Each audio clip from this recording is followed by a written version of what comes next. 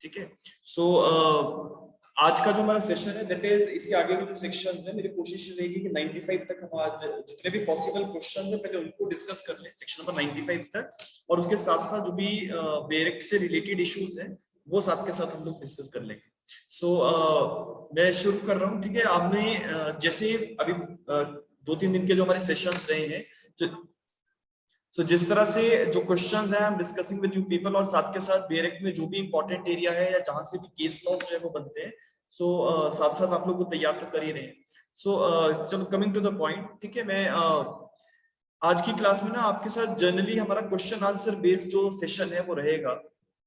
मैं आपके सामने कुछ क्वेश्चंस रखता जाऊंगा and you people have to give the answers to those questions, और क्या उसकी एक्सप्लेनेशन है, क्या उसके पीछे की रीजनिंग है, वो साथ के साथ हम लोग डिस्कस करते जाएं।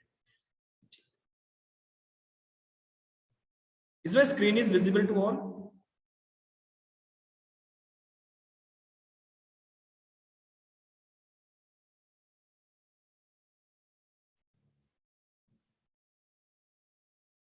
Is my screen is visible to all or not? Yes. Yes sir. Okay. So चलिए शुरू कर रहे हैं। देखो अभी क्योंकि हमारा क्रैश कोर्स का सेशन है, तो क्रैश कोर्स के सेशंस में मेरी तरफ से एक उम्मीद जरूर रहेगी कि आप लोग साथ के साथ अपनी रिवीजन्स को गो थ्रू कर रहे हैं, ओनली देन हम यहाँ पे क्विक रिवीजन्स जो है वो कर पाएंगे। ठीक है, चलिए coming to the question. Question number 13 मेरे सामने है। It is that giving shelter, food और clothing to evade the arrest of a person charged with the offense is an offense under IPC and is termed as, yes, what should be the answer? Is it asylum, harbor, shelter homes or reformative homes? Yes, what should be the answer? Yes everyone, साथ साथ आप लोग अपनी participation जो वो रखते रहेंगे। ठीक है, so most of you are saying yes it is harbors. Yes, perfectly fine. Section number 52 capital A define करता है कि हार्बर क्या होगा। ठीक है, लेकिन अगर वाइफ या हस्बैंड, ठीक है, अपने स्पाउस को फूड, शेल्टर एक्सेट्रा प्रोवाइड करवा रहा है, so that will not be counted as harbour. Section number 52 capital इसकी क्लेरिफिकेशन देता है। और साथ के साथ इसी में एक और सवाल जो है वो हमारा बन जाता है कि हार्बर कहां पे पनिशेबल है। ठीक है, तो section number 130, section number 130 and section number 157, ये दोनों ही जगह पे जो ऑफेंस जो हार्बर है वो एक ऑफेंस काउंट किया गया है। 130 में तो पनिशमेंट बहुत ज्यादा है, ठीक है, goes to the life imprisonment also, और 157 में जो पनिशमेंट है वो थोड़ा सा कम है। दोनों में डिफरेंस ये है कि 130 बात करता है प्रिजनर्स ऑफ वॉर की, ठीक है, कि कोई व्यक्ति जिसने वेजिंग ऑफ वॉर एक्सेट्रा किया, ऐसे किसी व्यक्ति को हार्बर प्रोवाइड करवाना 130 के अंदर रेगुलेटेड है। And when it comes to section number 157, तो अनलॉफुल असेंबली का अगर कोई मेंबर है उसे अगर हार्बर प्रोवाइड किया जाता है तो 157 के अंदर वो एक पनिशेबल ऑफेंस है। सो एक इस तरह से भी पूछते हैं दैट 52 कैपिटल ए की एक्सेप्शंस कहां पे है। तो ये दोनों ही सेक्शंस जो हैं 52 कैपिटल ए की एक्सेप्शंस हैं। एक्सेप्शंस इन्हें इसलिए कहा जा रहा है, द रीजन इज कि 52 कैपिटल ए कहता है कि if a wife or a husband provides harbor to the spouse, so that will not be counted as harbor। लेकिन 130 और 157 जो है वो हार्बर को एक ऑफेंस मानते हैं। और हार्बर क्या, कल आपने पढ़ा था, that is giving food, shelter, clothing for drinking something you have given, और आर्म्स एंड एम्युनिशन अगर दिए जाते हैं तो yes it is an offence. चलिए coming to the next question. ठीक है, ये जो क्वेश्चन अभी मैं आपके सामने रखूंगा ये रैंडमली आते रहेंगे।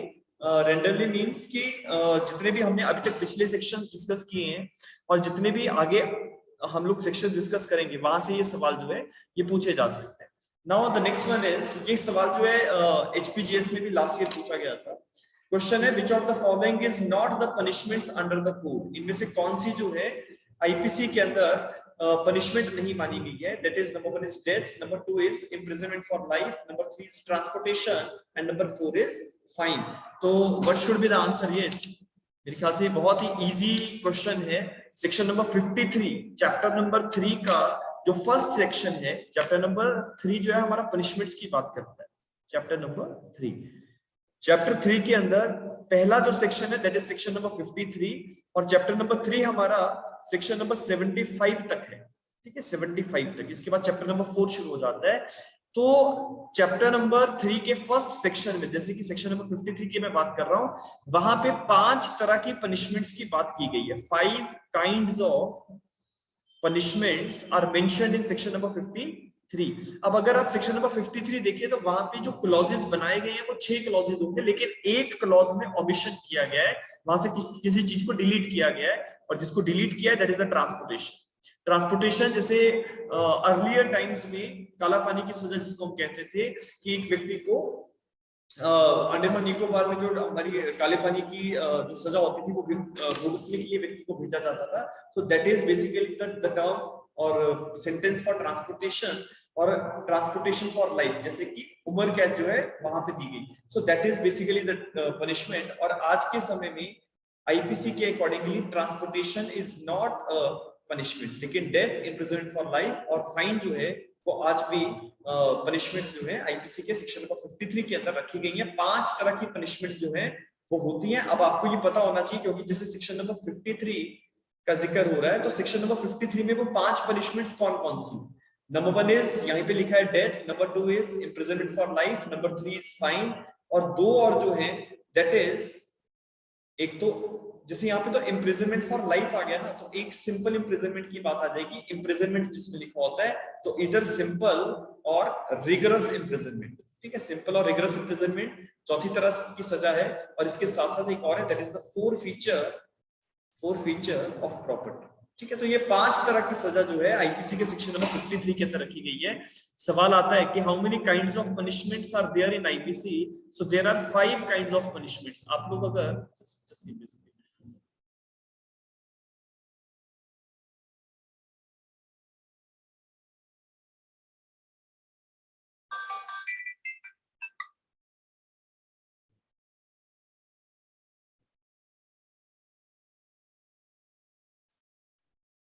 तो आप लोग यहाँ पे अगर देखें ना सेक्शन नंबर 53 के अंदर, तो सिक्स्थली 6 तरह की पनिशमेंट्स की बात है, लेकिन बीच में से जो थर्ड पॉइंट था वो ओमिट, ठीक है।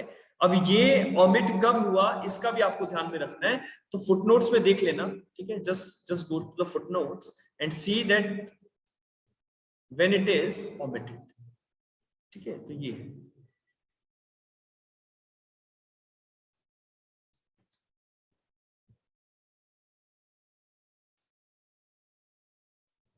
the thirdly omitted by 1949, 6/4/1949 को ये जो थर्डली वाला जो पॉइंट था सेक्शन नंबर 53 में ये ओमिट हुआ था, ठीक है।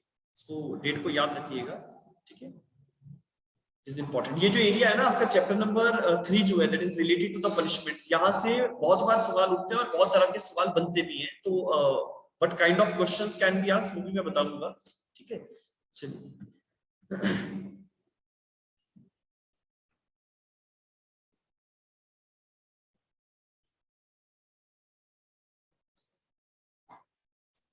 So now the next question which is there, question number 15 है हमारे पास, that is section number 39 defines the word voluntarily with reference to. Yes, now you people please tell me what should be the answer. That is causation of effect, volition, both A and B, neither A and B. Yes, section number 39 में कल हम लोगों ने discuss किया था कि voluntarily क्या है। तो voluntarily की जहां तक definition की बात है, as you all can recollect whatever we have done yesterday, तो 3 चीजें वहां पे मेंशन थी, that is intention, knowledge और reason to believe। लेकिन ये सवाल जो है थोड़ा सा टेढ़ा करके पूछा गया, that is it is made in reference to what, causation of effect, volition, both A and B और neither A and B। अब जैसे तक causation of effect तो समझ में आता है कि व्यक्ति ने जो कुछ भी किया उसका इफेक्ट क्या है, ठीक है। But when it comes to the term volition, तो वोल्यूशन का अगर मैं जर्नल मीनिंग आपको बताऊं तो वोल्यूशन कहा जाता है that is when a person makes a choice, an act of making choice, an act of making choice जो है उसे वॉलंटरली कहा जाता है। तो आप लोग अब सेक्शन 39 को अगर समझते हैं, so you people please give me the answer. So Ravindrajit is saying A, Shikha is saying C, Sushmita is saying B. ठीक है, देखो as far as the Kanika is again saying C, लेकिन इसका जो सही आंसर है that answer should be this causation of effect, ठीक है, कॉजेशन ऑफ इफेक्ट, बिकॉज अगर आप सेक्शन नंबर 39 एक बार निकालें तो हमें ये समझना है कि ये कॉजेशन ऑफ इफेक्ट से कैसे रिलेटेड है। आप एक बार निकालिए, let me tell you how it is related with the causation of effect. Just take it.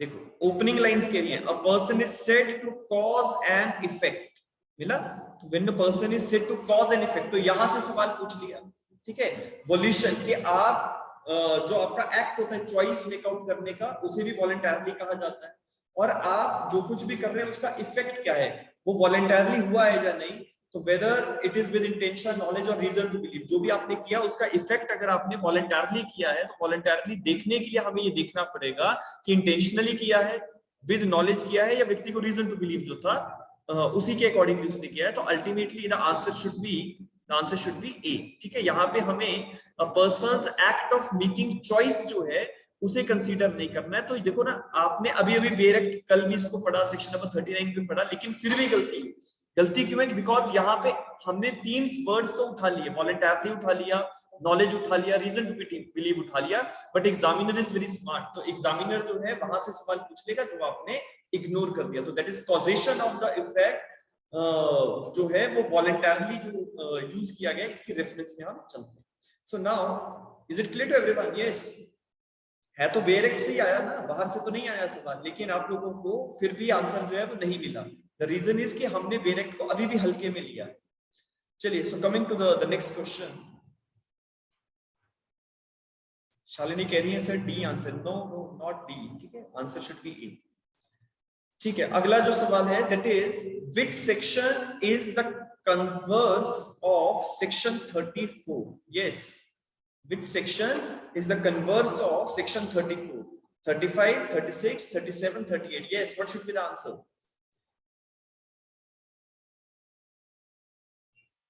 Which section is the converse of section 34? जल्दी से आंसर दीजिए। yes, we don't have that much time अब, ठीक है, most of the people are giving the answer D, very good। देखो section number 34 बात करता है कि अगर कॉमन इंटेंशन के अकॉर्डिंगली कुछ एक लोगों ने क्रिमिनल एक्ट किया है, तो हर व्यक्ति ऑफेंस के लिए या पनिशमेंट के लिए वैसे ही लायबल होगा जैसे जिस मेन व्यक्ति ने ऑफेंस किया वो लायबल है। लेकिन सेक्शन नंबर 38 कहता है कि अगर आपने डिफरेंट ऑफेंसेस किए हैं तो आपकी लायबिलिटी उन डिफरेंट ऑफेंसेस के लिए फिक्स हो सकती है। कल हम लोगों ने इसी पे बहुत इलैबोरेट डिस्कशन भी किया था। 35 जो है वो सिमिलर इंटेंशंस की बात करता है, एक जैसी पनिशमेंट्स की बात करता है। 36 भी एक जैसी पनिशमेंट की बात करता है, 37 भी एक जैसी पनिशमेंट की बात करता है, but when it comes to section number 38 तो ये डिफरेंट पनिशमेंट्स की बात करता है, and therefore the right answer should be D. चलिए, बहुत बढ़िया। So coming to the next point, ठीक है, सभी लोगों ने, तनु ने भी आंसर ठीक दिया है। चलिए, coming to the next question.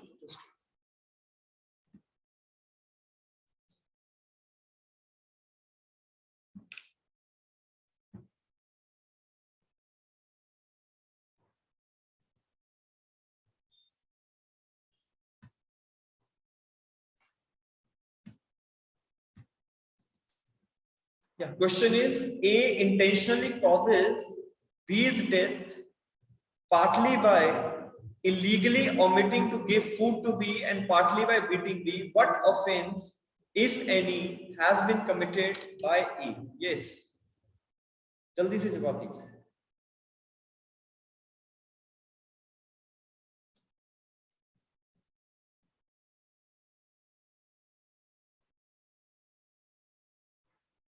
ठीक है, so most of you are giving the answer C, that is murder, perfectly fine, ठीक है, क्योंकि लिखा है ना A intentionally, the moment there is the intention it will be culpable homicide and ultimately this culpable homicide will turn into murder। ठीक है, आप अगर सेक्शन नंबर 299 का फर्स्ट पार्ट और सेक्शन 300 के फर्स्ट पार्ट को समझते हो तो ये समझ में आता है that if any person does an act with the intention of causing death, that is culpable homicide, and every culpable homicide is murder। अगर वो सेक्शन 300 के क्लॉजेस में जाता है और सेक्शन 300 का फर्स्ट पार्ट जो है, जो फर्स्टली पार्ट है, उसमें लिखा गया है that if a person causes the death of the other with intention, that is murder। तो यहाँ पे जो है answer C should be the right, option number C should be the right answer, that is murder. ठीक है, बहुत सारे लोग ना माइंड अप्लाई करना शुरू कर देंगे कि ये culpable homicide not amounting to murder होना चाहिए या नहीं। सो यहाँ पे इंटेंशनली वर्ड जो है वो क्लेरिफिकेशन दे देता है, सवाल का जवाब पहले ही वर्ड से निकल गया। चलिए coming to the next point, next question, sorry.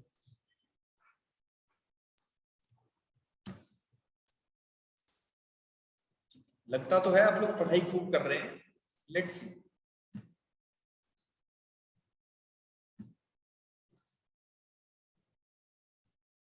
ये जो अगला सवाल है ये भी हमने कल ही डिस्कस किया था इसके बारे में। The question is in which of the case fastening the liability of the accused the court stated that they also serve only who only stand and wait। तो लोगों ने देखते ही जवाब जो है वो दे दिया होगा, that is option number C should be the right answer। महबूब शाह का केस आप लोगों ने कल पढ़ा था। अब देखो ना यहाँ पे, अब ये जजमेंट है Nitya Sen versus state of Bengal. ठीक है, तो मैं जैसे आपको शॉर्ट नोट्स दूंगा ना, तो उनमें इन जजमेंट्स की जहां पे भी रेफरेंस की जा रही है, ये जजमेंट किस इश्यू से रिलेटेड है आपको शॉर्ट नोट्स में मिल जाएगा। बट महबूब शाह का केस हमें पता है सिमिलर इंटेंशन के ऊपर था, similar intention common intention difference court ने बताया था। वरिंदर कुमार घोष का केस जो था उसमें कोर्ट ने ये कहा था that they also serve who only stand and wait, जिसको हम पोस्ट मास्टर केस भी कहते हैं, उससे रिलेटेड ये सवाल है। बहुत बढ़िया। चलिए coming to the next question. अभी तो सिंपल सिंपल से क्वेश्चन आ रहे हैं, अगला सवाल बताएंगे। यस, अगले सवाल का जवाब दीजिए।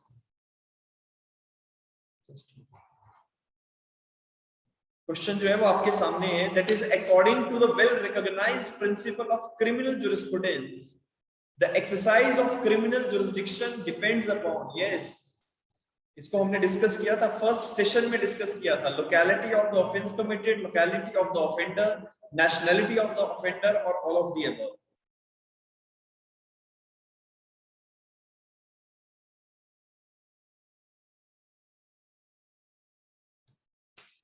So everyone has given the answer, that is option number A। very good। Option number A जो है वो इसका करेक्ट आंसर है। और केस कौन सा था, चलो केस भी बता दो। We have discussed it। कौन सा केस था जल्दी से बता दो, शॉर्ट में बता दो अगर कोई बताना चाहता है। That is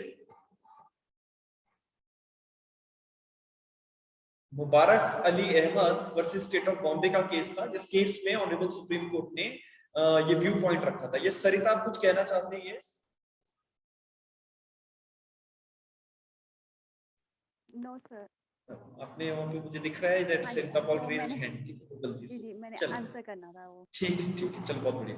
so Mubarak Ali Ahmad versus state of Bombay, दो जगह पे हमने इस केस लॉ से जो है क्वेश्चन डिस्कस कर लिया। एक तो वो जो कराची वाला जो हमने एक प्रीपोजिशन डिस्कस किया था, and the other question is over here, तो अभी हम पढ़ रहे हैं। चलिए coming to the next question.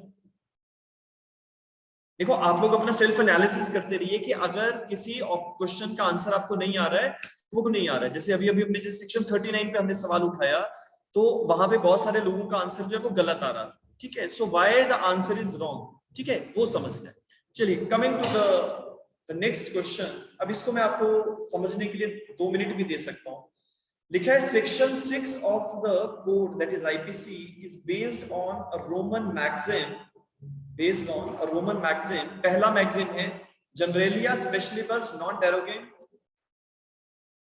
ठीक है, जनरेलिया स्पेशलिबस नॉन डेरोगेंट। ठीक है, अब आप लोगों ने, अगर आपको ये सवाल का जवाब नहीं भी आता हो, ठीक है, तब भी हम एलिमिनेट करने की कोशिश जो है वो कर सकते हैं ना। How we will eliminate the options, ठीक है, अब उस पे आते हैं। थ्योरी ऑफ एलिमिनेशन हम जिसे कहते हैं।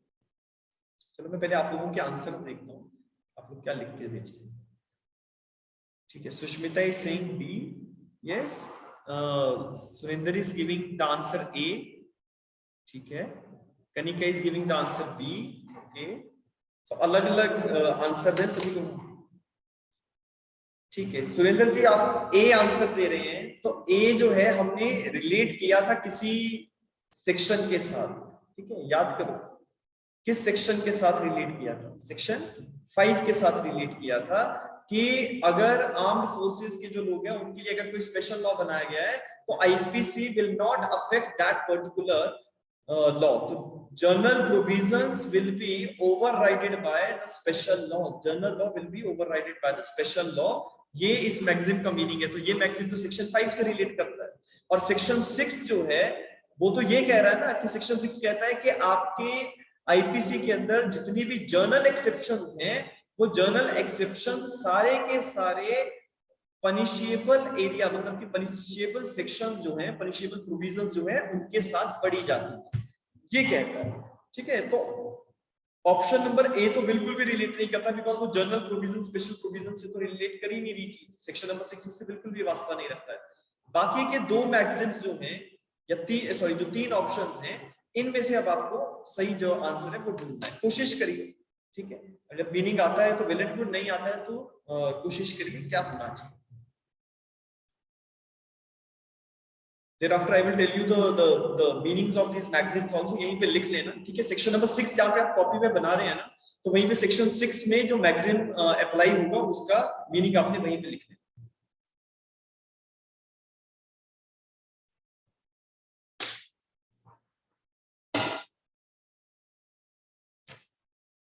ठीक है, so let me give you the answer. Just आप इसका मैक्सिम का पहले मीनिंग निकालेंगे क्योंकि मेरे ख्याल से आप लोगों को इसका मीनिंग आंसर जो वो मिल नहीं रहा।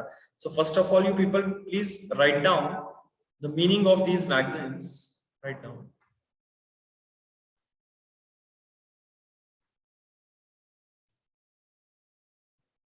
देखो जो फर्स्ट मैगजीन है दैट इज इंक्लूजनिस्ट एक्सक्लूजनिस्ट अल्टरिस्ट। ठीक है, मैं यहाँ पे इसकी स्पेलिंग कर रहा हूँ, स्पेल कर रहा हूँ, पढ़िए लिखते जाइएगा। It is INCLUSIOUNIUSEST।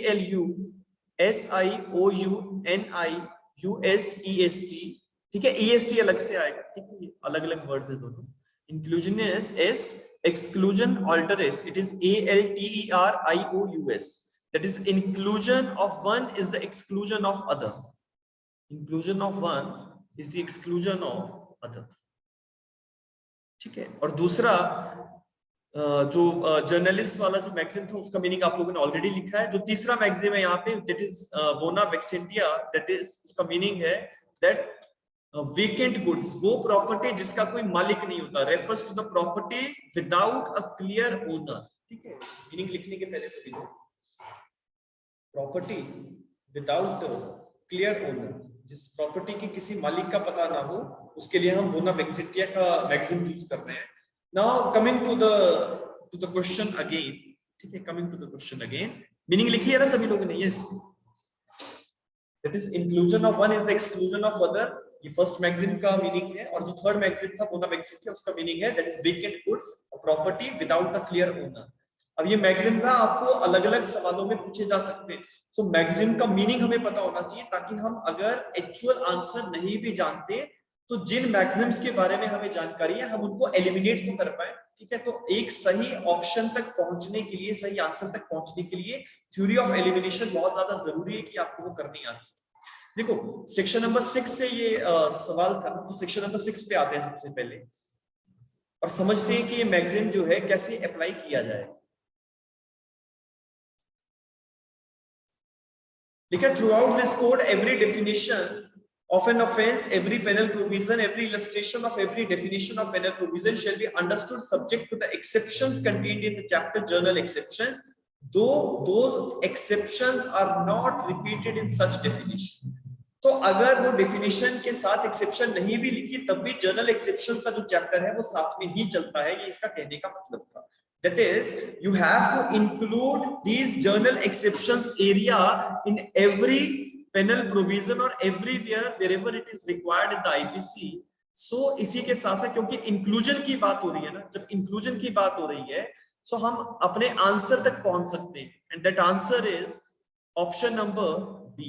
ठीक है, क्योंकि ये वाला मैगजीन लगेगा नहीं, ये वाला मैगजीन नहीं लगेगा, बोथ B and C लग नहीं सकते, तो आपको करेक्ट आंसर मिल गया। अगर आपको बोना वेक्सेंटिया का मीनिंग पता है, ये जो फर्स्ट मैगजीन है जनरलिया स्पेशली बस वाला, इसका अगर मीनिंग पता है तो आप सही आंसर तक पहुंचने में सक्षम है। ठीक है, सो इसका आंसर जो है वो आप लिख लेंगे। Section 6 is based upon this magazine. तो बेरेक में लिखना है बेरेक पे लिख लो, कॉपी पे लिखना है कॉपी पे भी लिख लो कि ये मैगजीन सेक्शन नंबर 6 से रिलेट करता है। और मैगजीन कैसा है, ये लैटिन मैगजीन नहीं है, ये रोमन मैगजीन, ठीक है, it is a Roman magazine. चलिए coming to the next point, next question.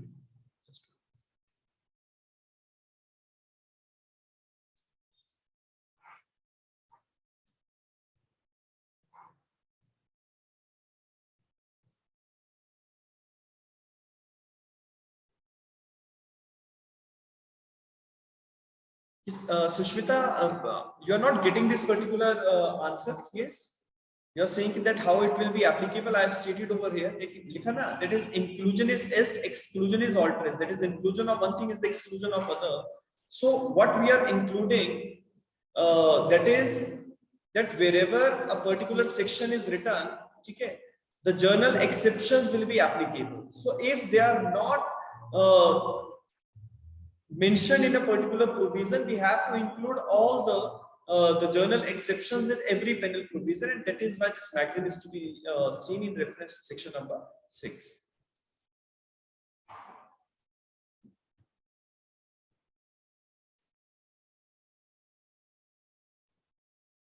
चलिए नेक्स्ट क्वेश्चन पे आ रहे हैं, question number 21, that is according to section number 76, nothing is an offense which is done by a person who is or who by reason of, first option है आपका, that is mistake of fact in good faith believes himself to be justified by law in doing that.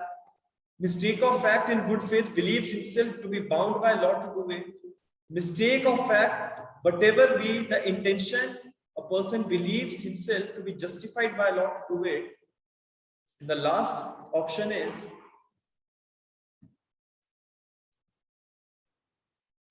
it is a mistake of fact, irrespective of the intention, believes himself to be bound by law to do it. ठीक है, तो चार जो options दिए गए हैं। अब section number 76 एक ऐसा सेक्शन है जिसको पढ़ते ही हमें चीज समझ में आ जाती है। सेक्शन नंबर 76 हमारा इस पॉइंटर पे बात करता है, that is mistake of fact in good faith by a person who believes himself to be bound by law to do it. तो option number B should be the right answer to this particular question. Let me see what people have given the answer. ठीक है, तो सभी लोगों ने B ही answer किया है शायद। ठीक है, वेरी गुड।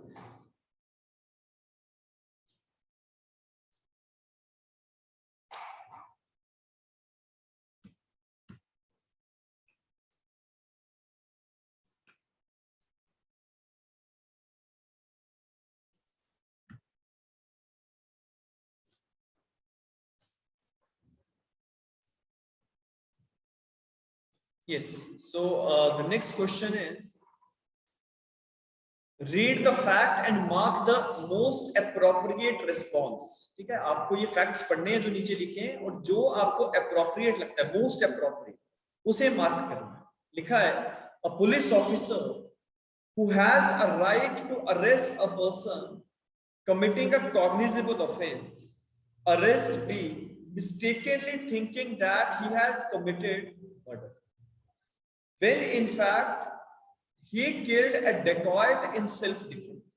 ठीक है, एक ए नाम का व्यक्ति है जिसके पास ये पावर है कि वो कॉग्निजेबल ऑफेंस में किसी भी व्यक्ति को जरूरत पड़ने पर अरेस्ट कर सकता है। ठीक है, मिस्टर ए जो है गलती से बी को अरेस्ट कर लेता है, मिस्टेकनली है arrest B, thinking that he has committed murder. उसको लगा कि बी ने मर्डर किया तो मैं बी को अरेस्ट कर लेता हूं, लेकिन बाद में पता लगा कि बी तो अपना सेल्फ डिफेंस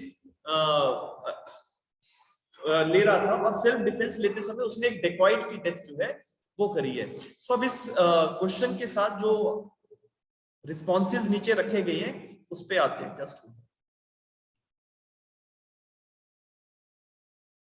ठीक है, अब देखो पुलिस वाले ने किया क्या, because police officer has arrested a person, तो हमें ये देखना है कि उसने रॉन्गफुली कन्फाइन किया है, रॉन्गफुली रिस्ट्रेन किया एटसेट्रा, या कोई ऑफेंस किया ही नहीं। ठीक है, so as far as the particular situation is concern, देखो लिखा है कि A has committed offence in wrongful confinement. अब आप लोगों को इस क्वेश्चन का आंसर करते समय बड़ा सिंपल सा एक चीज का ध्यान रखना है। देखो बेर एक्ट में जस्ट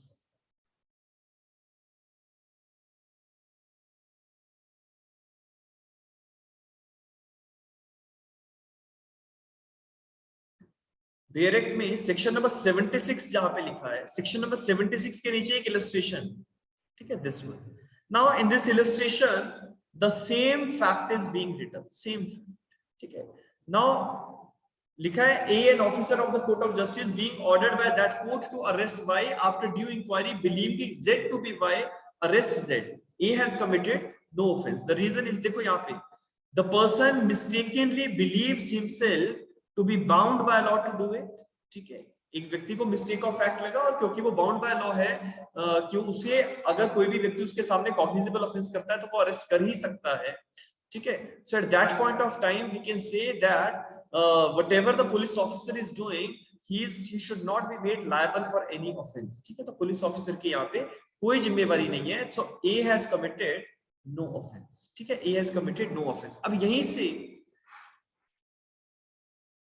आपको एक और चीज का ध्यान रखना है. ये जो सिचुएशन है ना, ये सिचुएशन सेक्शन 76 के अंदर जानी चाहिए या सेक्शन नंबर 79 के अंदर जानी चाहिए, ऐसा भी सवाल आ सकता है, ठीक है. सो आप लोग अगर सेक्शन नंबर 76 और 79 को समझते हो तो you people can give me the answer, yes, whether this situation is going to fall under section number 76 और it is going to fall under section number 79.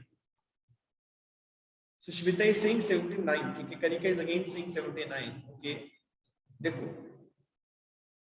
Section number 79 के अंदर भी एक सेम तरह का इलस्ट्रेशन है, ठीक है. उसको पढ़ेंगे जरा.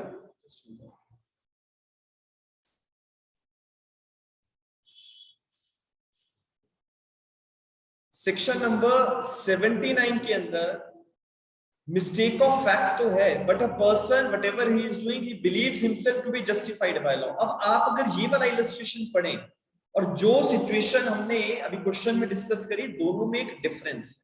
लिखा है A sees Z commit what happens A to be murder. A ने देखा कि जो ए को लगा कि मर्डर हो रहा है. A in exercise of the best of his judgement exerted in good faith of his power which the law gives to all the persons apprehending murderers, in fact seizes Z in order to bring before the proper authorities, ठीक है. तो A जो है वो कोई police officer नहीं है, he is a private individual, private person, और उसके सामने अगर कोई कॉग्निजेबल और नॉन बिलीवेबल ऑफेंस हो रहा है तो उसको भी लॉ एम्पावर करता है कि आप भी अरेस्ट कर सकते हैं, आप भी किसी को डिटेन कर सकते हैं. सो क्या यहाँ पे ए ऐसा करने के लिए बाउंड था? The answer is no, but he believes himself to be justified by law in doing that. So यहाँ पे ए ने कोई अपराध नहीं किया, though it may turn out that Z was acting in self defence, ठीक है. तो यहाँ पे सेक्शन नंबर 79 जो अप्लाई किया गया वो इसलिए किया गया, the reason is the person believes himself to be justified, लिखा ना, to the best of his judgement.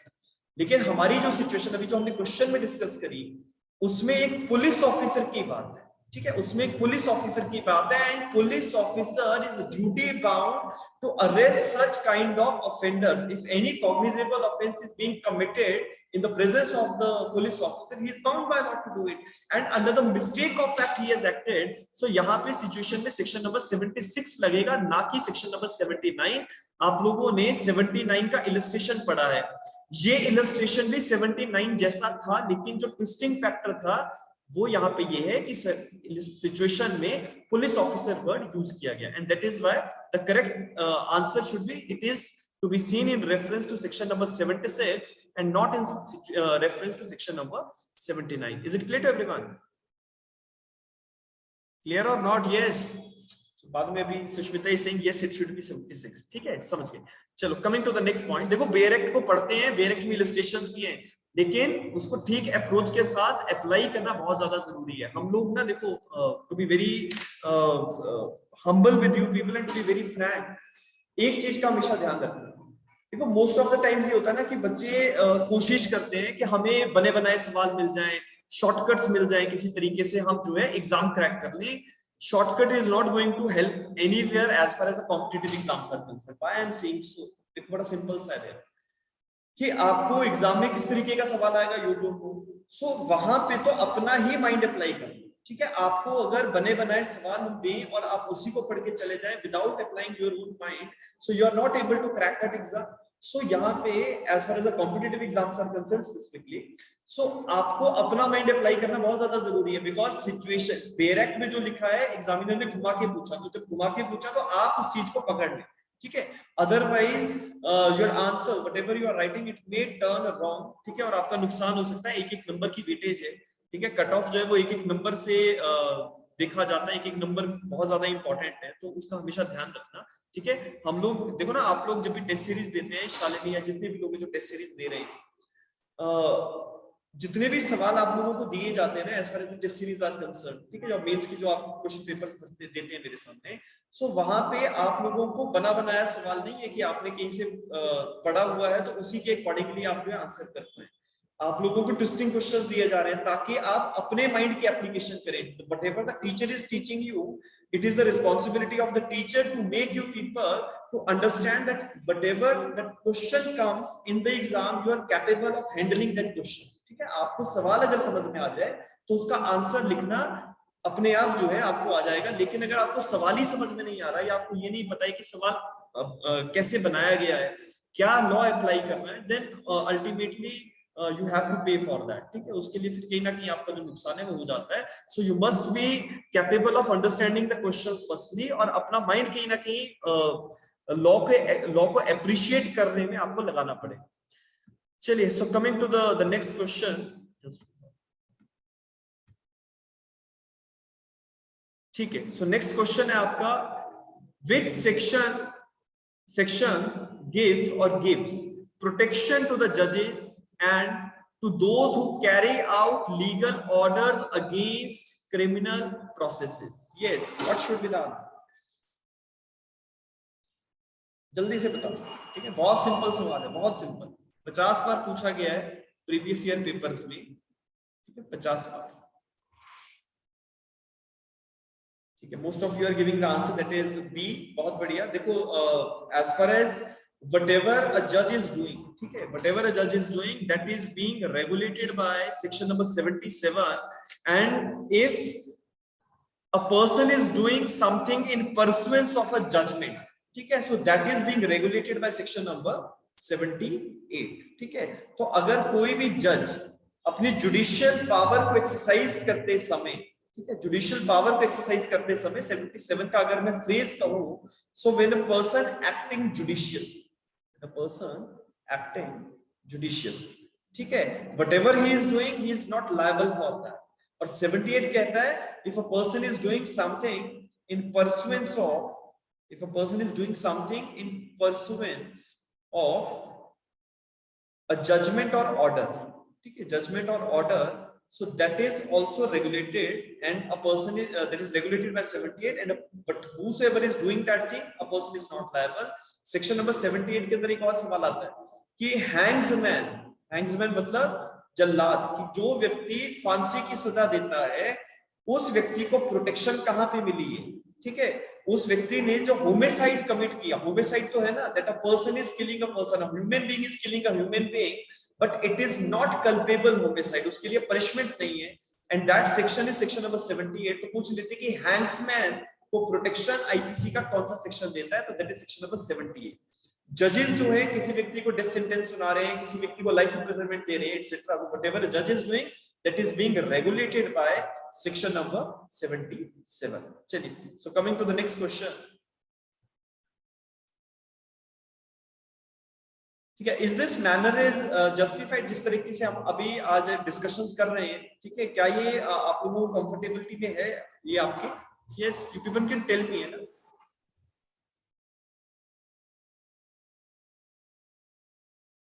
ठीक है, देखो अभी एक चीज है ना कि हमारे पास as far as the IPC is concern we have 511 section, तो उसमें दो चीजें होंगी कि या तो हम एक एक सेक्शन को गो थ्रू करना शुरू कर दें, तो जैसे हम अभी तक कर रहे थे, बिकॉज आपका जो फर्स्ट पार्ट है ना आईपीसी के तकरीबन सेक्शन 100 तक, 106 तक अगर मैं कहूं, सो आपको हर सेक्शन से कहीं ना कहीं सवाल जो है वो बन सकता है। लेकिन when it comes to the further area, तो बहुत ही रैंडम एरियाज जो है ना हमें सिलेक्ट करने हैं और वहीं से फिर सवाल जो है वो बनते हैं।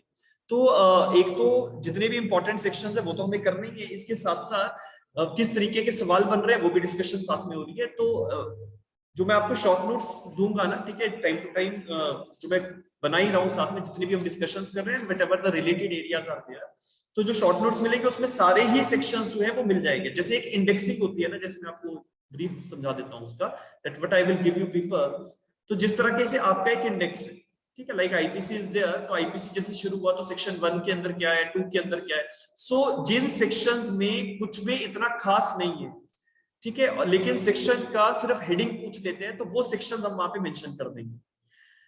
जिस सेक्शन के अंदर कुछ एक इंटरनल एरियाज में चीजें पूछी जाएंगी वो वहीं पे आ जाएंगी, केस लॉज जिसके रिक्वायर्ड है वो केस लॉज वहीं पे आ जाएंगे, तो that will be more useful to you people when you will revise the IPC for the prelims point of view. देखो मींस पॉइंट ऑफ व्यू की ये तैयारी बिल्कुल नहीं है, मींस का अप्रोच ऑल टुगेदर डिफरेंट रहता है, और मैं उम्मीद करता हूं कि आप लोग मींस पॉइंट ऑफ व्यू से अपने एंड पे साथ साथ तैयारी कर रहे हैं, जिन लोगों ने सिर्फ क्रैश कोर्स ज्वाइन किया है, और जो लोग मेरे फाउंडेशन कोर्स के स्टूडेंट्स हैं, those people are doing it at their own part, कर ही रहे।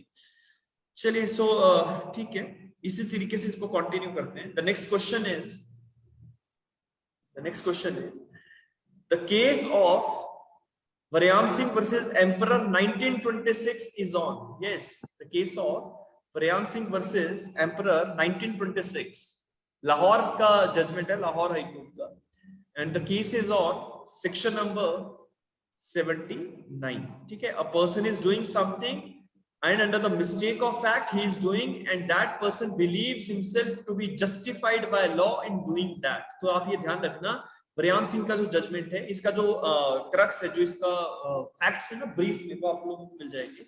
सेक्शन नंबर 79 से ये रिलेट करता है, तो 79 आईपीसी में डायरेक्ट में कहीं पे लिख लेना, वरयाम सिंह वर्सेस एम्परर का केस जो है 79 से रिलेट करता है।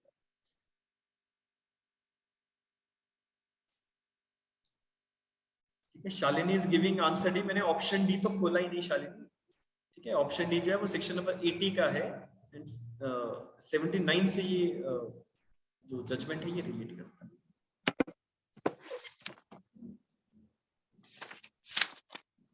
ठीक है, अगर आप लोगों को मेरे ख्याल से स्क्रीन दिख ही रही है ना, आप लोग क्या इसको पढ़ पा रहे हैं? Yes yes sir. ठीक है, मैं इसको थोड़ा सा जूम कर देता हूँ, तो अगर आप ब्रीफ में अपने कॉपी पे यहीं पे फैक्ट्स लिखना चाहते हैं तो उसको लिख लेना। ठीक है, मैं यहाँ पे पढ़ रहा हूँ जस्ट। ठीक है, in Varyam Singh versus Emperor 1926, the division bench acting under the section number 79 of IPC held that an accused who killed a man with several blows from a stake was not liable under section 302, section 304 or 304 capital A, because he believed in good faith at the time of attack that the object of his assault was not a human being। ठीक है, हुआ क्या, ये Varyam Singh versus emperor की case में ना, इस व्यक्ति ने जब अटैक किया सामने वाले के ऊपर, तो इसको लगता था कि वो under the mistake of fact that person is believing that he is attacking on a ghost. ठीक है, वो एक भूत के ऊपर अटैक कर रहा है। लिखा है ना, that person was the object of assault was not a human being but a ghost or some object other than a living human being। So ultimately there is no intention to cause a homicide, there is no knowledge that that person is killing a human being, because ultimately he is under the mistake of fact। ठीक है, उसको लगा कि जिसके ऊपर वो attack कर रहा है वो तो या तो कोई भूत है, घोस्ट है, या फिर कोई और चीज है जो एक ह्यूमन बीइंग नहीं है। The division bench made it clear that the ground for their opinion was that mens rea or an intention to do the wrong or to commit an offense does not exist. There is mistake of fact, there is the absence of mens rea in the case, and the object of the culpable homicide should only be a living human being। तो जब आप culpable homicide के लिए किसी व्यक्ति को liable करते हैं, तो उसमें जो व्यक्ति दूसरे के ऊपर अटैक कर रहा है, that person must have the mens rea in his acts। ठीक है, he must have the intention or knowledge। ठीक है, तो ultimately section number 79 से जो वरयाम सिंह का जजमेंट है वो रिलेट करता है। तो I hope you people have gone through with the facts now। ठीक है,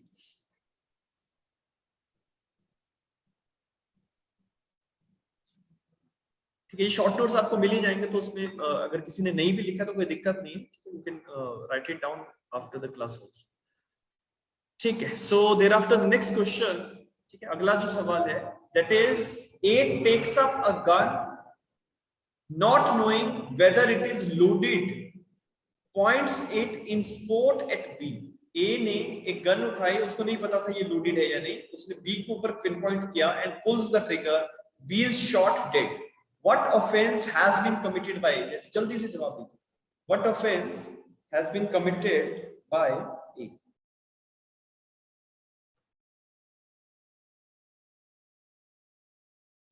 Is it culpable homicide not amounting to murder?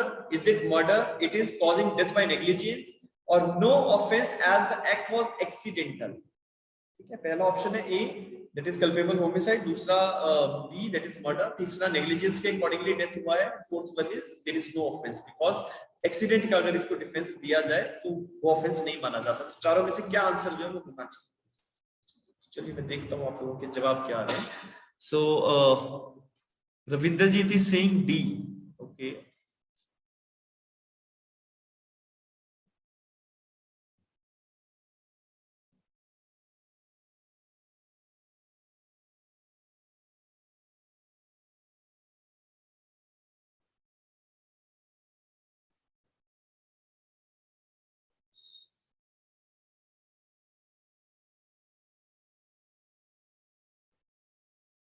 So most of you are not reaching to the right option. Yes. देखो हुआ क्या है, A takes up a gun, not knowing whether it is loaded or not, points it in sport. खेल खेल में, ठीक है, it means there is no direct intention that A wants to kill B. कोई intention नहीं है. We can't say there is the direct knowledge, ठीक है, लेकिन because there is a want of proper care and caution, ठीक है, उस व्यक्ति को सावधानी से काम जो था वो करना चाहिए था। सेक्शन नंबर 80 कहता है कि अगर कोई भी व्यक्ति with due care and caution अगर कुछ कर रहा है और उस दौरान कुछ घटना हो जाए तो हम उसे जो एक्सीडेंट का डिफेंस है वो दे देते हैं।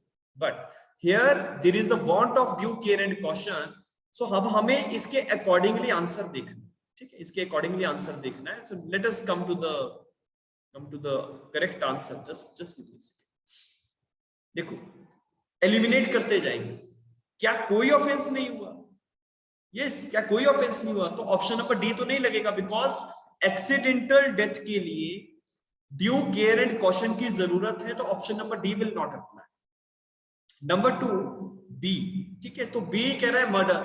मर्डर के लिए आपको जो फोर्थ पार्ट है सेक्शन नंबर 300 के, उसमें से किसी पे जाना था, that is either the person has the intention to cause that, no there is no intention, either the person has the intention to cause bodily injury which is sufficient to cause that, no it is not, either the person has the knowledge etcetera, the answer is knowledge तो उसको शायद हो सकती है, but knowledge and negligence दोनों के बीच में एक थिनर लाइन है, हमें वो ड्रॉ करनी है। और मर्डर के केसेस में the mens rea is all together should be at the higher level, लेकिन इसका जो करेक्ट आंसर होगा दैट विल बी सी, ठीक है, that is causing death by negligence, causing death by negligence. Section number 304 capital A के अंदर आप इसको लेके जाएंगे।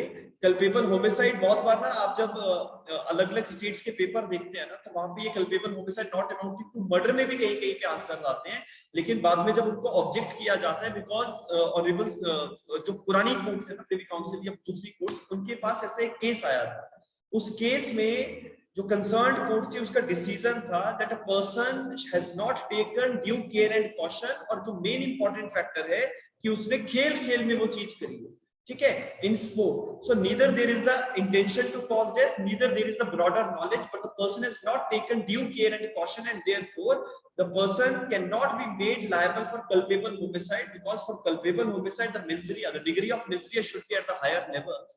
So court ने इस व्यक्ति को जो लायबल किया था वो causing death by negligence के लिए लायबल किया था। तो जो करेक्ट आंसर है that should be option number C। इसका ध्यान रखना, ये छोटे छोटे सवाल है ना, आप लोगों को लगेगा कि ये कल्पेबल होमिसाइड हो सकता है, हम लोगों को लग सकता है कि ये मर्डर में जाना चाहिए, लेकिन नहीं, ठीक है, क्योंकि as far as the objectivities are concern, जो ऑब्जेक्टिविटी में जो सही आंसर बनता है हमें वही लिखना पड़ेगा, ठीक है, ये मेंस नहीं है।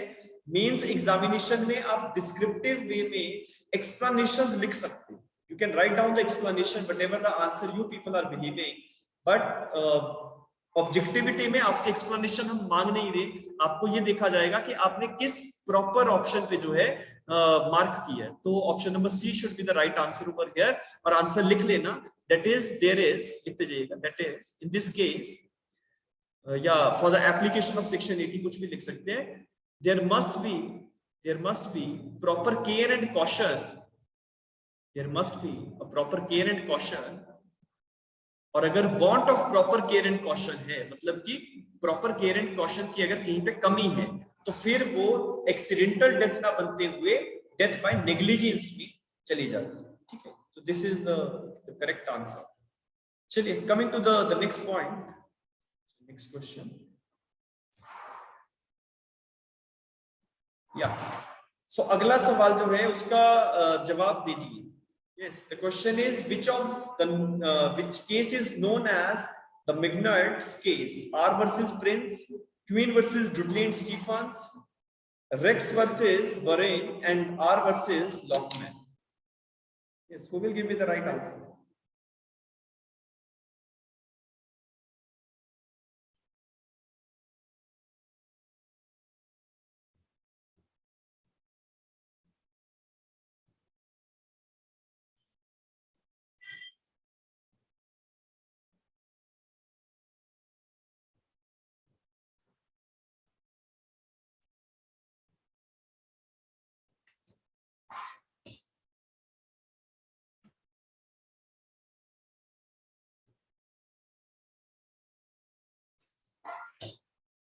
Shikha is saying no idea. Vidrajit का जवाब B है.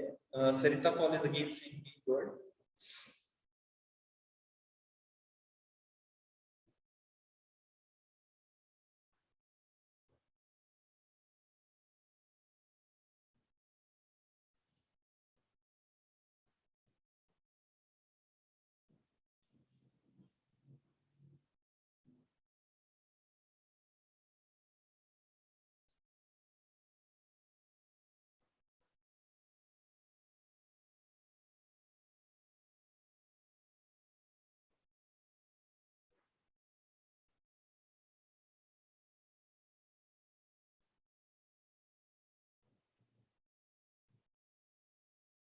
So most of you are saying no idea. ये जो Mignot's case है, ये Queen versus Dudley and Stephens को कहा जाता है.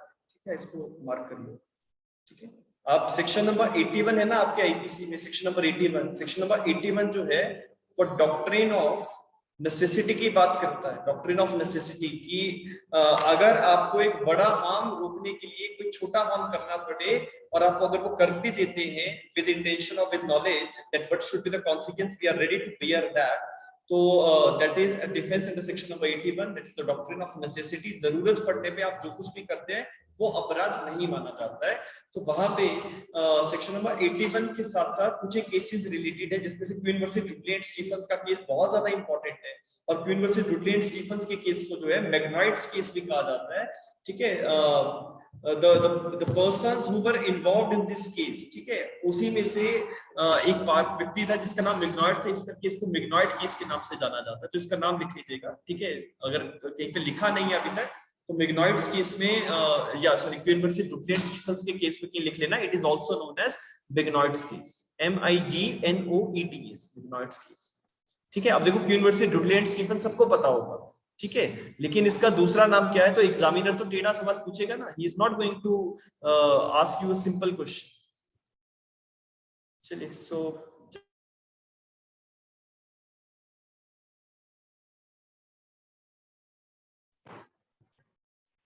just hold on, I believe there is some network disturbance. Just give me.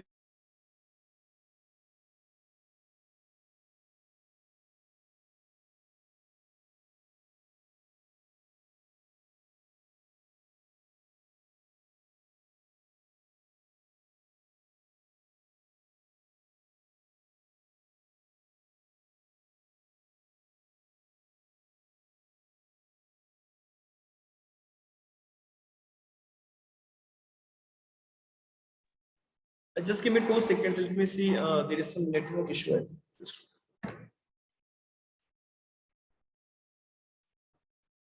Is my voice is audible clearly to you people?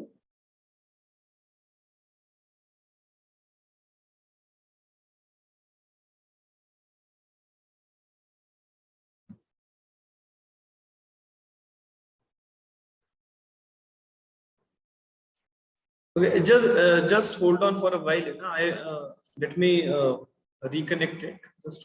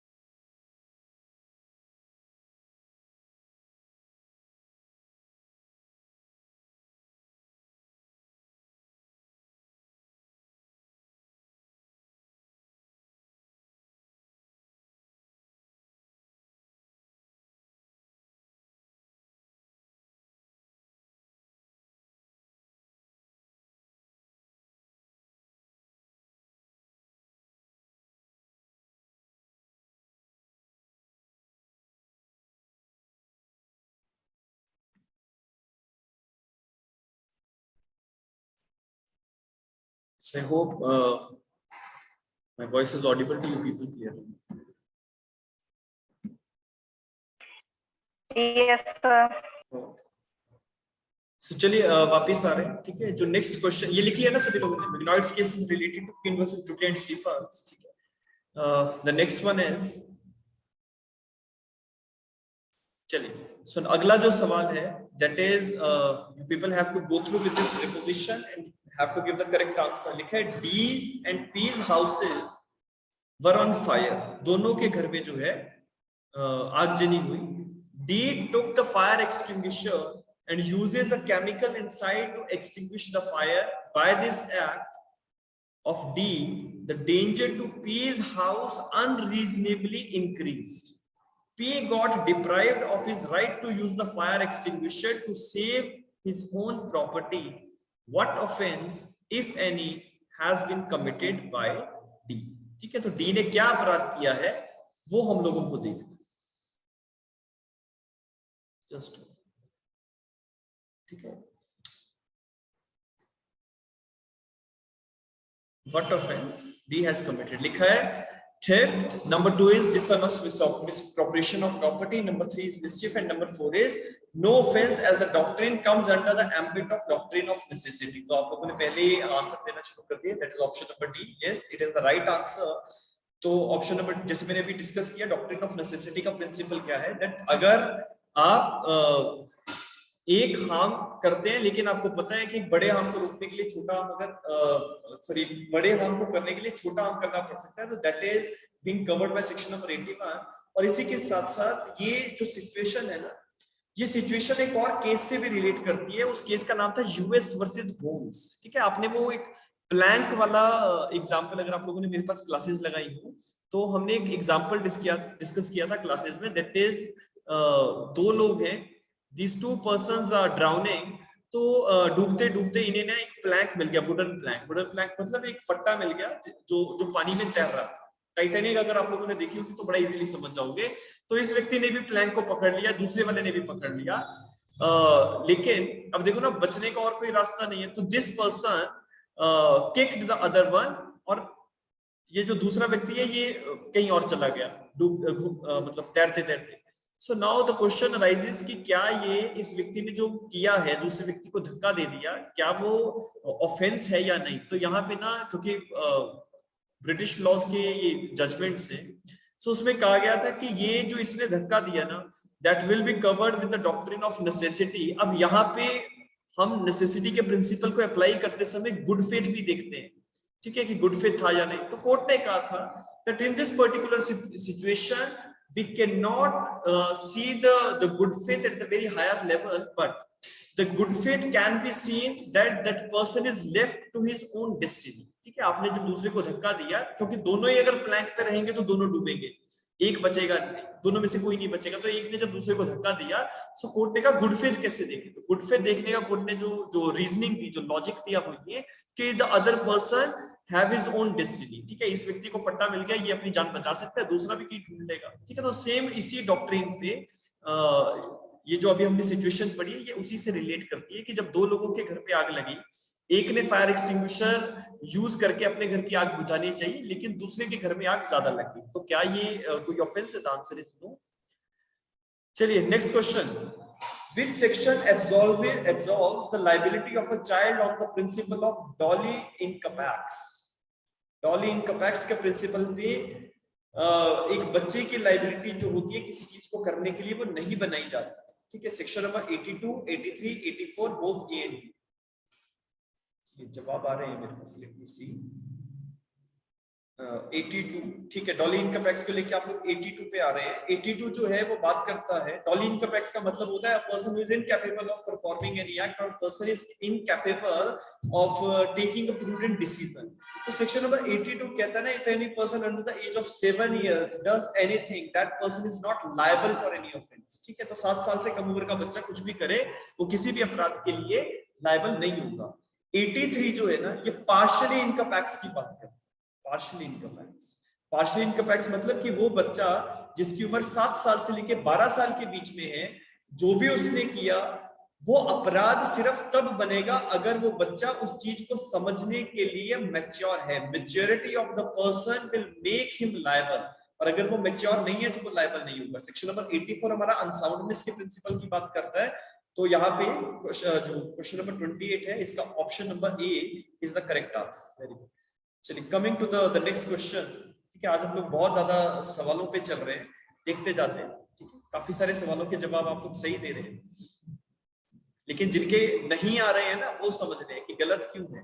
ठीक है, अगला सवाल है, that is, which section is based upon the principle underlying the maxim furious suo furore sui punire? That is option number A, B, C, D में 84, 85, 90, 97. Yes, anyone of you who have any idea in respect of this particular maxim? किसी को idea है तो बता दो, नहीं है तो भी बता दो।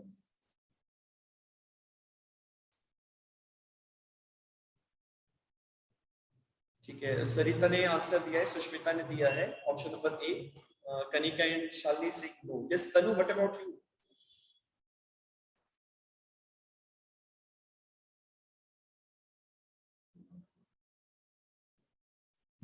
ठीक है, ऑप्शन नंबर ए। ठीक है, सेक्शन नंबर 84 जो है ना, सेक्शन नंबर 84 अनसाउंडनेस की बात करता है। ये जो मैक्सिम है, मैक्सिम का मीनिंग आप लोग लिख लें, दैट इज, पहले तो मैक्सिम लिख लो। ठीक है, 84 जहां पे आप कॉपी पे बनाओगे ना, वहीं पे इसका मीनिंग लिखेंगे। That is furious, FURIOUS, furious, सुओ फ्यूरोरे सुई प्यूनियर, PUNIER।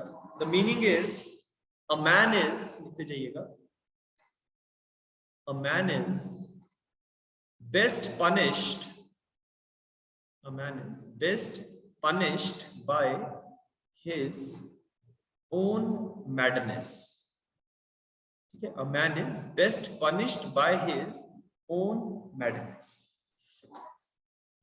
इस मैगजीन का मीनिंग है ये फ्यूरियस सो फ्यूरोरे करके ना, ऐसे 3-4 मैगजीन्स है, मैं आपके साथ शेयर कर दूंगा। तो उन तीनों ही 3-4 मैगजीन्स जो हैं अलग अलग मीनिंग्स हैं, लेकिन अल्टीमेटली वो रिलेट करेंगे सेक्शन नंबर 84 से।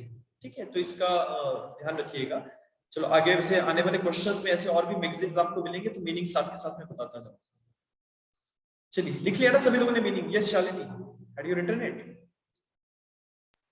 Yes, sir. ओके, चलिए, a person is best punished by his own madness. ठीक है, अगला जो सवाल है, दैट इज, इसका तो आंसर मेरे ख्याल से दे ही देंगे आप लोग। An accused who seeks exoneration from a criminal liability of an act under section 84 has to prove medical insanity, legal insanity, medico legal insanity, either A or B depending upon the circumstances. Yes, which thing a person has to prove? Yes, Kanika is saying B. ठीक है, B. Monica is again saying B. ठीक है, सभी लोगों को पता है legal insanity की बात है। लीगल इंसैनिटी क्या होती है, कौन बताएगा? What is legal insanity? Any one of you who want to explain over here that what is legal insanity? Yes, anyone? Sir, a person is not capable to know the consequences of his act. A person is incapable of knowing the consequences of his act. ये तो incomplete है। ठीक है, इसको complete कौन करेगा?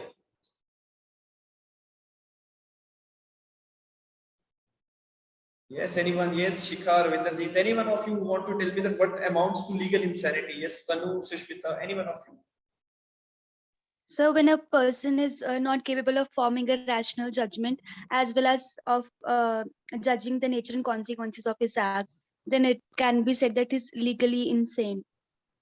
ठीक है, ये भी इनकम्प्लीट है। देखिए, आपने सेक्शन नंबर 84 के सेकेंड पार्ट की बात कर दी, that a person is incapable of knowing the nature of act. मैं यहाँ पे लिखता जाऊंगा, a person is incapable of knowing the nature of act. मैं शॉर्ट में लिख रहा हूँ, नेचर ऑफ एक्ट। एक व्यक्ति को नहीं पता है कि वो जो कर रहा है वो किस तरीके का एक्ट है। और a person is does not knows that whatever he is doing is wrong or contrary to law. व्यक्ति को नहीं पता कि जो भी वो कर रहा है वो किस तरह का एक्ट है। लेकिन ये दोनों चीजें आइसोलेशन में काम नहीं करती है। आपको क्यों नहीं पता? आपको इसलिए नहीं पता बिकॉज ऑफ द अनसाउंडनेस। तो आप सबसे पहले ये प्रूव करते हैं that the person is medically unsound, ठीक है, मैं दोबारा से रिपीट कर रहा हूं, सबसे पहले ये प्रूफ करना पड़ता है that a person is medically unsound. और जब एक व्यक्ति की मेडिकल अनसाउंडनेस प्रूव हो जाती है तो हम सेकंड फैक्टर देखते हैं that because of the medical unsoundness that person does not know the nature of act at the time when he is doing it, ठीक है। तो जिस समय में वो व्यक्ति एक्ट कर रहा था उस समय में वो उस एक्ट के नेचर को नहीं समझ पाया, incapable of doing the nature of act. और क्यों नहीं समझ पाया? Because of the medical unsoundness. So medical insanity is must before undertaking the legal insanity. लेकिन सेक्शन 84 का जो डिफेंस है, सेक्शन 84 का डिफेंस सिर्फ मेडिकल इंसैनिटी के ग्राउंड में नहीं मिलेगा, वो मिलेगा लीगल इंसैनिटी पे। कि जैसे मान लो एक बच्चा जो है या कोई भी व्यक्ति पूरे दिन में 24 घंटे के पीरियड में 2 घंटे अनसाउंड रहता है, बाकी के 22 घंटे साउंड माइंड में रहेगा। सो अगर वो उस 22 घंटे के पीरियड में कुछ करता है, ठीक है, which is an offence under IPC, तो वो ये तो कह सकता है कि वो मेडिकली इंसेन है, लेकिन वो लीगली इंसेन नहीं है। जिस अगर मान लो उसने 22 घंटे के पीरियड में कुछ किया जिस टाइम पे वो मेडिकली साउंड है, तो whatever he is doing he may be liable for that। तो मेडिकल अनसाउंडनेस पे डॉक्टर तो कहते हैं कि he is of unsound mind but not for the throughout day for a specific period। लेकिन अगर वो उस 2 घंटे के पीरियड में जब वो मेडिकली अनसाउंड रहता है, इंसेन रहता है जिस टाइम पे, उस टाइम पे अगर कुछ करे तो that will not be an offense। The reason is because of the medical insanity that person is incapable of knowing the nature of fact at the time when he is doing it। तो जिस समय में वो अपराध act कर रहा है उस समय उसे नहीं पता कि वो क्या कर रहा है। तो medical insanity is must before undertaking the ground of legal insanity. लेकिन ऑप्शन जो है आप लोगों ने आंसर जो दिया वो बिल्कुल सही दिया है। जस्ट होल्ड ऑन, कि जिससे लिखा ना कि 84 के अंदर जब व्यक्ति अपनी क्रिमिनल लायबिलिटी से बाहर आना चाहता है, एक्सोनरेशन चाहता है, तो उसे क्या प्रूव करना पड़ेगा? लीगल इंसैनिटी प्रूव करनी, ठीक है। तो legal insanity is must. Excuse me, sir. Yes, yes. Sir, is it necessary that in all cases medical insanity has to be proved first and Yes, then only we can yes, yes. Because unsoundness is a key factor under section number 84.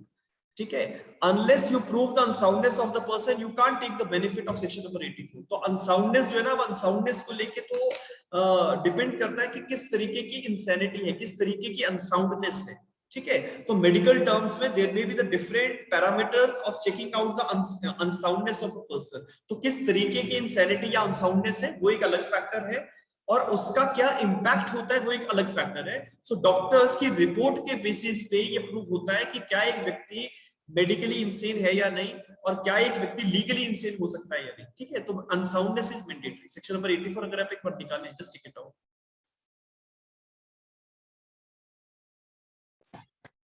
देखो section number 84, speaker mute करके रखिएगा ना, कल की class में बहुत disturbance हो रही थी। सेक्शन नंबर 84 लिखा है, nothing is an offence which is done by a person who at the time of doing it by reason of unsoundness of mind. तो ये जो by reason of unsoundness of mind है ना, ये एक व्यक्ति की मेडिकल इंसैनिटी की बात करता है। लेकिन क्या सिर्फ मेडिकल इंसैनिटी पे आपको डिफेंस मिल जाएगा? The answer is no. Because at the time of doing it, जिस समय में अपराध हो रहा था, at the time of doing it the person is incapable of knowing the nature of act, ठीक है। और क्यों उसको नहीं पता लगा? Because of the medical insanity, ठीक है, मेडिकल अनसाउंडनेस। तो ये चीज है। लेकिन ये भी पूछ लेते हैं, सवाल आ जाता है कि क्या इंसैनिटी आईपीसी में कहीं डिफाइंड है? The answer is no. Insanity is nowhere defined. So whatever the medical experts will tell to the court, we have to follow that. तो एविडेंस एक्ट की जो रूल्स है हमारे एडमिसिबिलिटी, रेलेवेंसी, रिलायबिलिटी के, वो follow किए जाते हैं। Clear?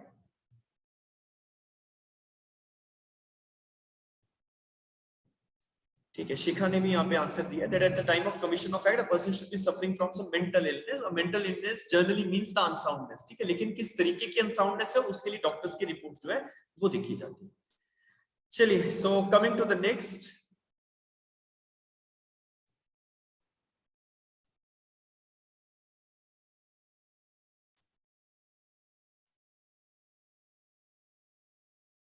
the question is, in which case it was held that no one can be permitted to wear a cloak of immunity by getting drunk, and so voluntary drunkenness is never an answer to a criminal charge। ठीक है, किस में से कौन सा ऐसा offence है जिसमें ये कहा गया था कि अगर एक व्यक्ति वॉलंटरली ड्रंकनेस में जाता है, जानबूझ के इंटॉक्सिकेट करता है अपने आप को, तो उसको जो है इम्यूनिटी नहीं मिलेगी। Yes, what should be the answer?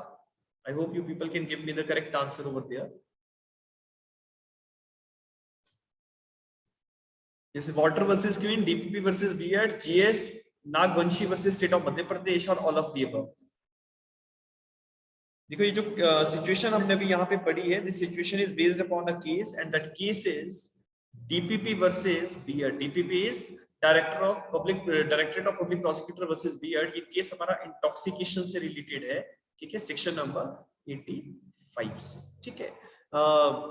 Just hold on. Sushmita, आपका एक सवाल था कि एक्सेसिव डोप किस केस में, किस सेक्शन में फॉल करेगा। देखो दो चीजें हैं, अब ये आपको ब्रीफ में ही समझा सकता हूं because it is not a foundation course class ना। Just hold on. या देखो एक्सेसिव डोप है ना, excessive dope means a person is getting intoxication in the excessive limits, यही है ना आपका कहने का मतलब। Yes Yes, sir. ठीक है। देखो दो चीजें होती है, नंबर वन है कि एक तो वॉलंटरी इंटॉक्सिकेशन है या नहीं है। तो जनरली हम कहते हैं कि अगर वॉलंटरी इंटॉक्सिकेशन है तो आपको सेक्शन नंबर 85 का बेनिफिट नहीं मिलता है।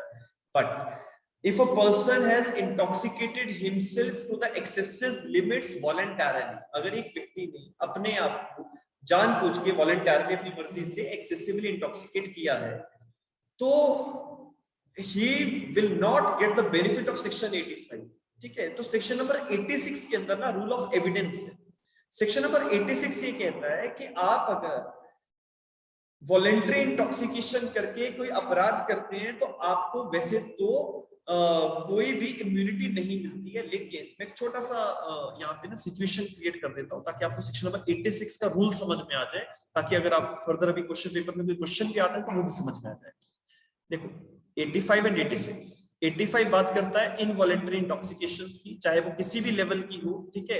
If the person is unable to understand the nature of act because of the involuntary intoxication, so he will get the benefit of section number 85। But section 86 एक बात कह रहा है कि अगर आपने वॉलंटरी इंटॉक्सिकेशन किया है तो आपको 85 का तो बेनिफिट नहीं मिलेगा and you may be liable for an offence. लेकिन if you see a situation over here, I am making a situation, there is a person Mr. A and he is sitting in a pub, ठीक है, एक बार में बैठा है and he is continuously taking the liquor intoxication, ठीक है, जानबूझ के अपनी मर्जी से ये लेना है।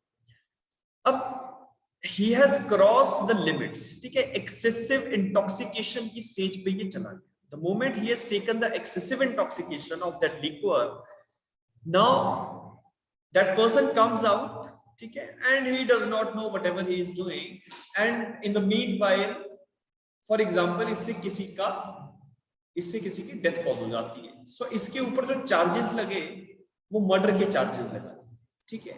Now you people tell me, is the charge of murder is justified? Yes और नो के जवाब देंगे तो आगे की बात करें। Is the charge of murder is justified over here?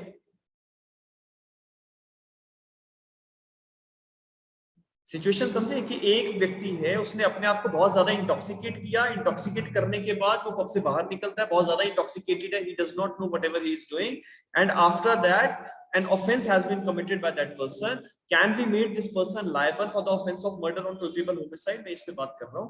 देखो आप अगर यहाँ पे एक छोटा सा सिचुएशन समझे कि वैसे तो इसने वॉलंटरी इंटॉक्सिकेशन किया है, वॉलंटरी इंटॉक्सिकेशन, तो इससे इम्यूनिटी 85 के अंदर बिल्कुल नहीं।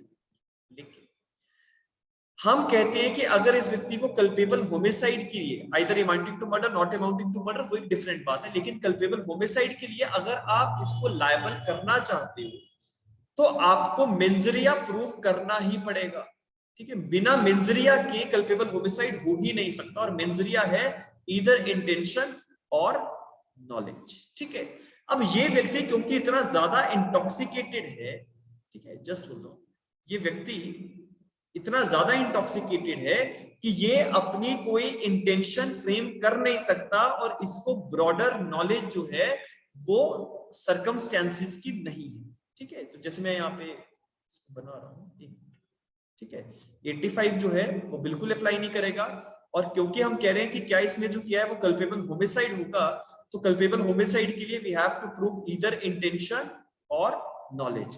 इंटेंशन के फ्रेम कर नहीं सकता, नॉलेज इसको whereabouts of the circumstances इसको है नहीं, तो ना कल्पेबल होमिसाइड के अंदर जाता है मैटर, ना इसको इम्यूनिटी मिल रही है, तो इस चीज का आंसर जो है ना वो सेक्शन नंबर 86 ने दे दिया। 86 कहता है कि अगर मैं जनरल सेंस में अगर समझा रहा हूं अभी, ठीक है, डायरेक्ट में पढ़ोगे तो यू विल गेट टू।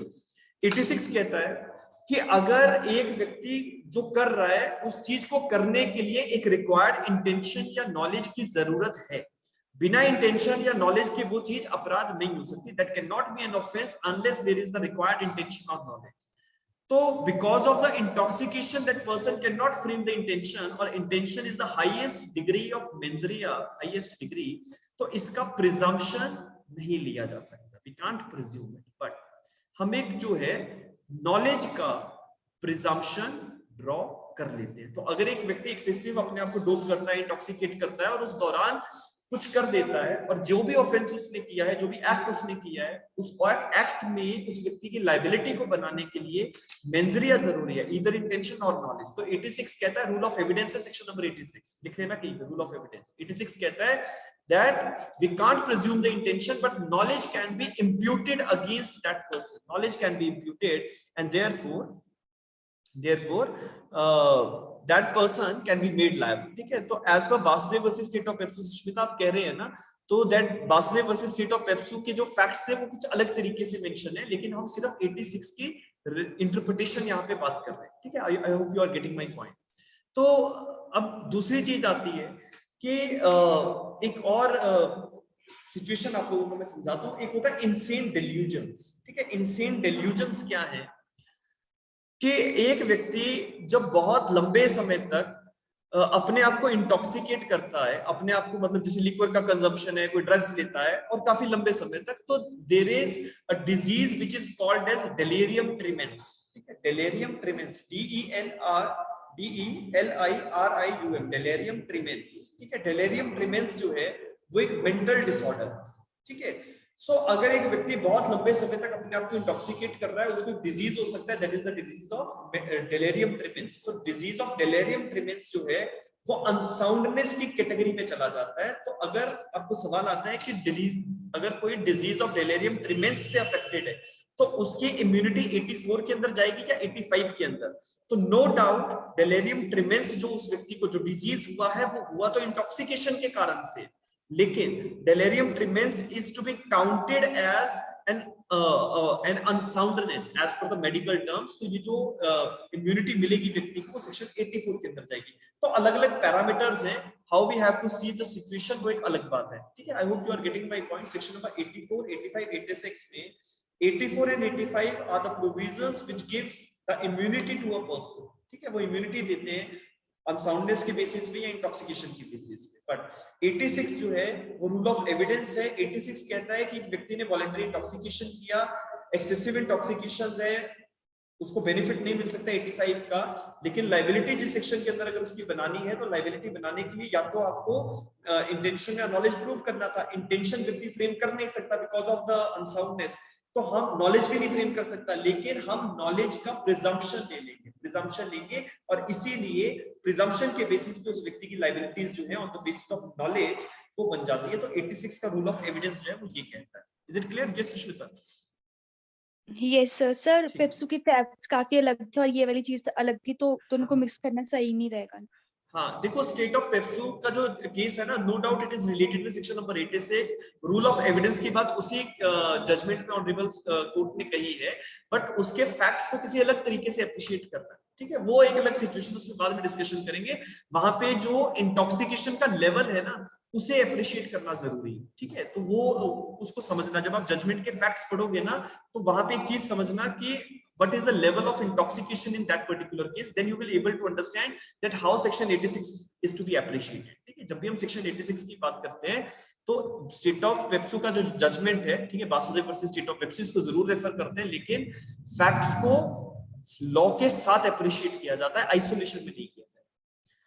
चलिए, so coming to the next question, ठीक है। नेक्स्ट क्वेश्चन ये लिख लिया ना, डीपीपी वर्सेस बीएड। इसके डीपीपी वर्सेस बीएड के जो ब्रीफ में जो फैक्ट्स हैं वो ये रखे हुए हैं, that the appellant whilst intoxicated raped a 13-year-old girl and put his hand over the mouth to stop her from screaming she died of suffocation. ठीक है, तो अनसाउंड था, सॉरी इंटॉक्सिकेटेड था ये व्यक्ति उस टाइम पे। इसने 13 साल की छोटी बच्ची थी, उसके साथ उसका मुंह ढक के he committed the offense of rape and because of the suffocation that lady dies, girl dies। ठीक है, तो इस व्यक्ति की लाइबिलिटी जो है वो सेक्शन नंबर इसने जो ग्राउंड रेज किया था कि मैं इंटॉक्सिकेटेड हूं तो मुझे इम्यूनिटी मिलता है, but the court refuse to give the immunity. ठीक है, चलिए, बिकॉज इंटॉक्सिकेशन में आपको अगर इम्यूनिटी चाहिए तो वो इनवॉलेंटरी होना चाहिए, अगर वॉलेंटरी इंटॉक्सिकेशन है इम्यूनिटी नहीं मिलता है। चलिए अगला सवाल जो है, हमें 50 क्वेश्चन, 8:30 बजने वाले हैं, चलो देखते हैं 3-4 मिनट में और कितने हो पाते हैं। Next question is what should be the age of consenting party as per section number 87। सेक्शन 87 के तहत जो व्यक्ति किसी भी हार्म को बियर करने के लिए, कोई नुकसान उठाने के लिए रेडी होता है, उसकी एज कितनी होनी चाहिए? Yes, what should be the answer? ठीक है, 18 years. Shikha is giving me the answer, Kanika is again saying C. ठीक है, बहुत बढ़िया। सी जो है सेक्शन नंबर 87 के लिए, सॉरी सेक्शन नंबर 87 के लिए जो एज का क्राइटेरिया है वो 18 इयर्स रखा गया, 18 इयर्स। ठीक है,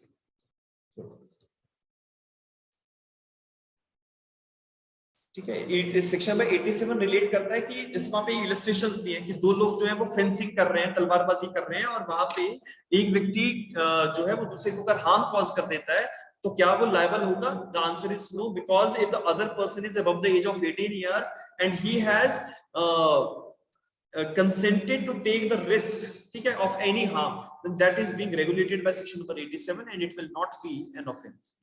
चलिए, so next question पे आ रहे हैं।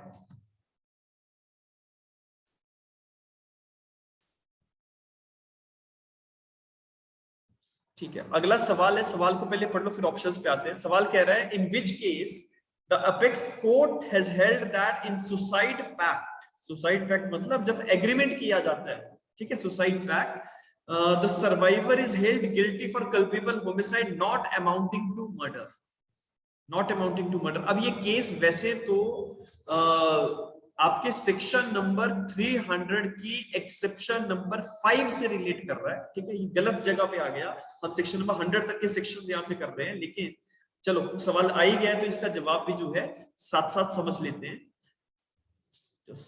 ठीक है, सुसाइड पैक्ट क्या है? देखो, there is a person mister A and B for example, there is a person mister A and there is a person mister B. B A को कहता है दैट आप जो है मेरी हत्या कर दीजिए और मैं मरना चाहता हूं, ठीक है, तो it is considered to be a suicide pact. ठीक है, the survivor is held guilty. अब दोनों लोगों ने जैसे कहा कि हम दोनों जो है सुसाइड कर लेते हैं, तू मुझे मार दे मैं तुझे मार दूंगा। अब एक व्यक्ति ने, मिस्टर ए ने बी की डेथ तो कॉज कर दी, लेकिन उसके बाद अपना सुसाइड कमिट नहीं किया और ये सर्वाइव कर जाता है। सो क्या जिसकी इसने हत्या की है उसके लिए culpable homicide not amounting to murder के लिए लायबल होगा या नहीं होगा? ये किस केस में कहा गया था? ऑप्शन रख रहा हूं मैं आपके सामने, ठीक है। It appears to be like we are playing Kaun Banega Crorepati. Yes. So options है, number 1 it is Harpal Singh versus state of Himachal Pradesh. The other case is Bishambar versus Rumor. The third one is Pune Fatehma case and the last one is Dashrath Paswan versus state of Bihar.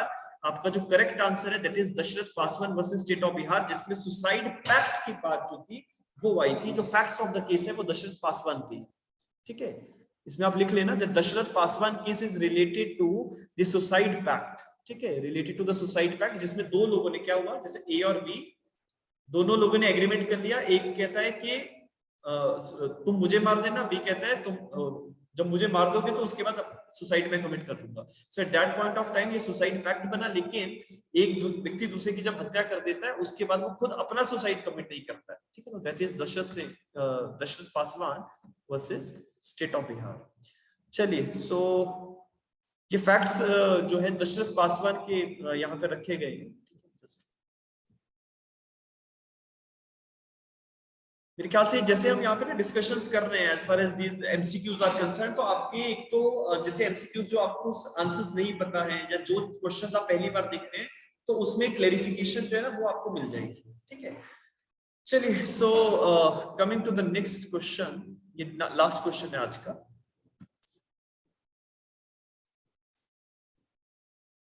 ठीक है, बहुत easy question है, हंसते हंसते जवाब दे दोगे आप लोग। A a surgeon knowing that a particular operation is likely to cause Z who suffer death of Z who suffers from a painful complaint but not intending to cause Z's death and intending in good faith for Z's benefit performs operation with Z's consent. Z ने अपना consent दिया, doctor साहब ने operation किया। Here A has committed no offense as per 88, 89, 90, 92. Yes, जल्दी से answer दे दो और इसके बाद क्लोज करते हैं। So no offense committed as per section number 88. ये D वाला कौन है भैया? ये Monika, you are giving answer D. Section number 92 आप कह रहे हैं। एक और भी था कोई D वाला। कनिका आपका ये D आंसर? ठीक है, ठीक है। देखो सेक्शन नंबर 88, 89 और 92 इनका ब्रीफ में डिफरेंस मैं आपको समझा देता हूं। 88 बात करता है कि जब एक व्यक्ति अपना कंसेंट दे देता है, ठीक है, और फिर सामने वाला उसके ऊपर कुछ एक्ट करता है और उसके बाद अगर कोई ऑफेंस हो जाए तो that is being regulated by section number 88। तो ये जो आपका क्वेश्चन है ये सेक्शन नंबर 88 की इलस्ट्रेशन, ठीक है। अगर आप वहां पे पढ़ेंगे ना section number 88, just let me show you paper, just section number 88 निकालो जल्दी से, डिफरेंस समझा दूंगा। सेक्शन नंबर 88, 89 और 90 का क्या है, 92 का सॉरी। 88 कह रहा है, a surgeon knowing a particular person likely to cause death who suffers under the painful complaint not intending to cause Z's death, intending in good faith for Z's benefit, सामने वाले के बेनिफिट के लिए good faith में आपने जो कुछ भी किया है और सामने वाले ने अगर कंसेंट दे दिया था तो आप जो कुछ भी कर रहे हैं आप उसके लिए लायबल नहीं होंगे, ठीक है। तो आंसर शुड बी 88, ठीक है। ऑप्शन नंबर ए जो है वो आपका करेक्ट आंसर है। अब 89 और 92 में डिफरेंस क्या है? 89 कहता है कि जब जो एक्ट करना है वो किसी चाइल्ड के ऊपर करना है, ठीक है, और child is incapable of giving the consent, तो अगर गार्जियन के कंसेंट के बाद आप चाइल्ड के ऊपर कुछ ऐसा एक्ट ले रहे हैं, कर रहे हैं इन good faith for the benefit of the child, तो वो सेक्शन 89 कवर करता है। और 92 कहता है कि जब सिचुएशन है अर्जेंसी की, अर्जेंसी मींस आपको इमीडिएट एक्शन लेना पड़ेगा, आप वेट नहीं कर सकते सामने वाले के कंसेंट का, और गुड फेथ में उसके बेनिफिट के लिए आप जो कुछ भी करेंगे वो सेक्शन नंबर 92 से कवर होगा, ठीक है। तो तीनों का डिफरेंस समझ गए। सेक्शन नंबर 88 कहता है जब जिस व्यक्ति को हार्म हुआ उस व्यक्ति ने कंसेंट खुद दिया है। 89 बात करता है जब गार्डियन ने चाइल्ड के बेनिफिट के लिए किसी सामने वाले को कहा कि आप इसके ऊपर ये एक्ट करिए। जैसे मान लो एक सर्जन है, वो चाइल्ड की सर्जरी करना चाहता है, child is under the pain, लेकिन child can not give the consent, तो गार्जियन उसके बिहाफ पे कंसेंट देगा, तो वो 89 रेगुलेट कर देगा। And the last one is 92, जब सामने वाले का कंसेंट या उसके गार्जियन का कंसेंट लेने के लिए आप वेट नहीं कर सकते और benefit of for that person and in good faith you have to do something, so that will be regulated as per section number 92, ठीक है। So this is all about today's session, ठीक है। सुष्मिता सिंह के sir Sunday को